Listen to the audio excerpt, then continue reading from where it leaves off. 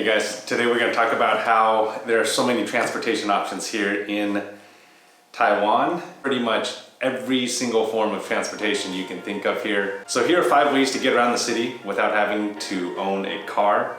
It's totally convenient and completely affordable. Number 1, walking. Options for groceries, dining, and shopping are literally everywhere. There's pretty much a market, 7-Eleven, or Family Mart on every street corner. Combined with a great metro system, especially in a city like Taipei, walking is a great option, so be sure to bring a good pair of walking shoes on your next visit. Additionally, hiking options are numerous outside of the immediate city areas. Normally, if you catch a cab, a bus, there are some great hiking trails that are just a few minutes outside of the city. There's really no shortage of places to hike around town. Some of the trails you'll find are downright unique, like this trail made out of cross sections of downed trees on hiking trail Route 1 in the Da.Keng scenic area in Taiwan. Number 2, bikes and bike rentals. Another great option for getting around town is by bicycle. The people of Taiwan love their bikes. People are riding bikes all hours of the day, not to mention the fact that the major cities have a very developed bike path network that allow you to get from one end of town to the other while avoiding most busy road and road traffic areas. Some of these bike paths are downright epic. It's pretty obvious that bikes are not only a primary means of transportation, but pretty much a highlight and major tourist activity for anyone who's visiting Taiwan. So take time to ride on the bike paths on your next visit.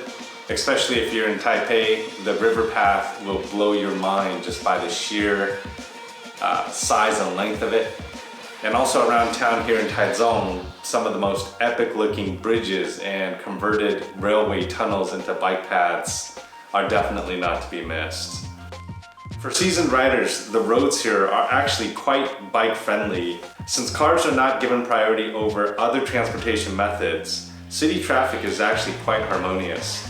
It's equal part cars, scooters, bikes, pedestrians on the streets here. I'd even go as far as to say that people here love their two-wheel transport, regardless if the two wheels are motorized or not. Based on my experience, bike and bike-related theft does not seem to be an issue here. I think a lot of that has to do with the fact that over the years, tons of cameras have been installed in the city, central city areas, and so it seems like crime is little to none. The same goes for helmets, lights, and all these accessories that might be attached to your bike that are typically, in most developed cities, a target for theft. Another great option here in the city, which I will try and document hopefully very soon, is the U-bike rental system.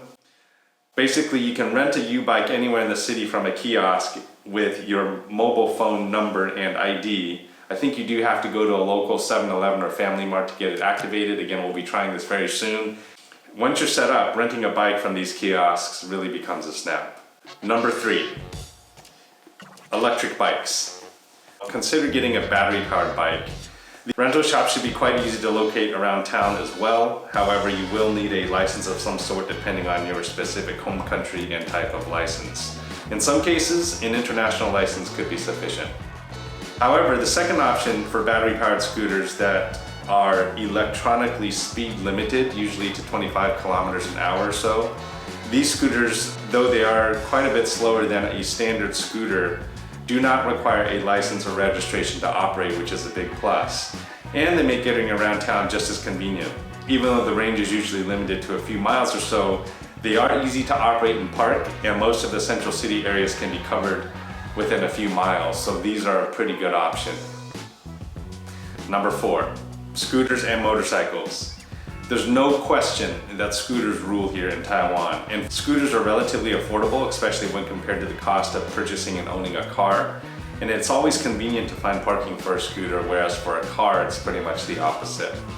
Not to mention that scooters are just downright fun to tool around town on. Number 5, cars. One of the first things that you will notice about cars in Taiwan is that there is a very healthy secondhand market for cars.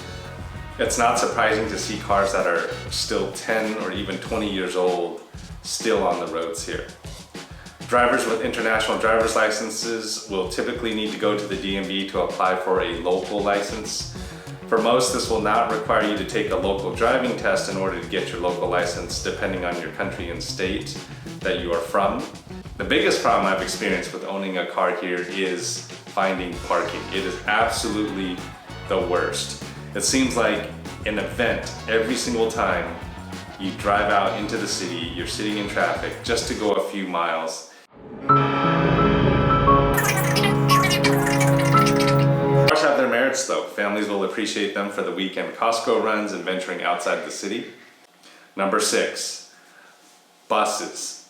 Buses, I'll have to admit, are my least used form of transport, but they are another added convenience here in Taiwan, especially since the cities here are so safe and walkable. As bus fares are super affordable.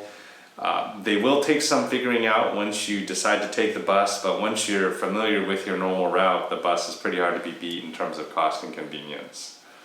Be sure to pick up a fun pass if you're traveling through Taipei, which allows you to use one card for all forms of public transportation, including the bus, metro, and more. They are most frequently seen at airports and train stations here, including the high-speed rail station. They are the easiest option if you need to get from point A to point B as quickly as possible and as conveniently as possible. And while they remain relatively affordable, they are a slightly pricier option when compared to the metro or bus. Tipping is generally not required or expected here by cab drivers, but it depends on the situation. Sometimes if you're traveling with a ton of luggage or staying at a high-end place, a tip might be warranted, but even then it's completely up to you. Any ride within the city in a cab or Uber should not run you more than $20 US and are generally much less than that depending on your route and time of day. Lyft doesn't seem to have a presence here, but Uber does. The same app that you use at home for Uber can be used here in Taiwan. You will need a local SIM obviously to get mobile data, but once you have it, your Uber account does carry over and it does work here in Taiwan. The metro. The metro system here is famous. It's very well known, especially the mass rapid transit system in Taipei. The Taipei metro system is famous for how clean, safe, and convenient it is. Combined with the high-speed rail, there really isn't anywhere you cannot travel to in Taiwan with a ton of ease and convenience. The Taipei metro runs daily from 6 a.m. in the morning to 12 a.m. at night. So it's pretty much open all hours of the day. The safety, convenience, and cleanliness in the Taipei metro simply can't be beat. For more information, check out the link in the description below for the Taipei Mass Rapid Transit or MRT 7.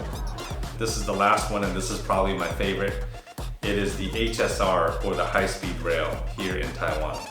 Not to be completely overshadowed by the engineering and urban planning marvel that is the Taipei MRT, the HSR system in Taiwan feels like the future. This despite the fact that the HSR has been in place here in Taiwan and running since 2007, all the way from the northernmost point in Taipei down to Tainan.